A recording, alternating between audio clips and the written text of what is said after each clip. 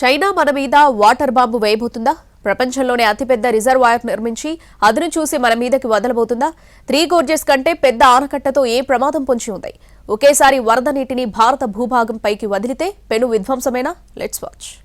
ప్రపంచంలోనే మరో అతిపెద్ద డ్యాం నిర్మాణానికి చైనా అడుగులు వేస్తోంది. భూమిపై ఇప్పటివరకు కట్టిన డ్యాంల కంటే ఇది పెద్దది.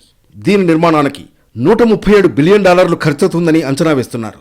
బ్రహ్మపుత్ర నది భారత్లోని అరుణాచల్ ప్రదేశ్లోకి ఎంటర్ అయ్యే మలుపులో ఈ ప్రాజెక్ట్ నిర్మించాలని డ్రాగన్ దేశం భావిస్తోంది. అయితే ఈ ప్రాజెక్టుతో బ్రహ్మపుత్ర నదిలోని జల ప్రవాహాన్ని చైనా కంట్రోల్ చేస్తుంది. అంతేకాదు భారీగా వరద నీటిని భారత భూభాగంపైకి వదిలి విధ్వంసం సృష్టించగలదన్న ఆందోళన కూడా వ్యక్తమవుతోంది. భారత్ చైనా మధ్య కుదిరిన ఒప్పందం ప్రకారం ఎగువనున్న చైనా బ్రహ్మపుత్ర జల సంబంధ సమాచారాన్ని దిగువనున్న భారత్తో షేర్ చేసుకోవాల్సి ఉంది. కానీ ఇరు దేశాల మధ్య ఉద్రిక్తతలు పెరగడంతో చైనా ఆ సమాచారాన్ని ఇండియాతో పంచుకోవడం లేదు.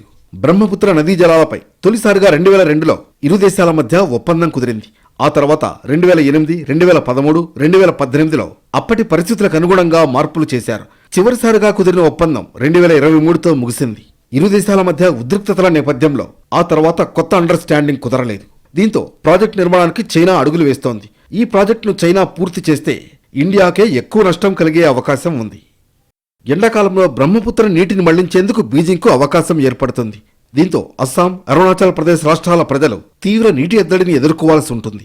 మరోవైపు వర్షాకాలంలో బ్రహ్మపుత్ర నదికి భారీగా వరద ఉంటుంది. ఒకేసారి పెద్ద మొత్తంలో నీటిని విడుదల చేస్తే దిగువనున్న ప్రాంతాలు ముంపునకు గురవుతాయి.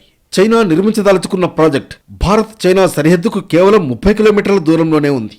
అందువల్ల రక్షణ పరంగానూ భారత్కు సమస్యలు పొంచి ఉన్నాయి. ఒకవేళ యుద్ధ పరిస్థితులు తలెత్తితే ఈ ప్రాజెక్టులో నిల్వ చేసిన నీటిని చైనా వాటర్ బాంబుగా ప్రయోగించే ప్రమాదమూ ఉంది.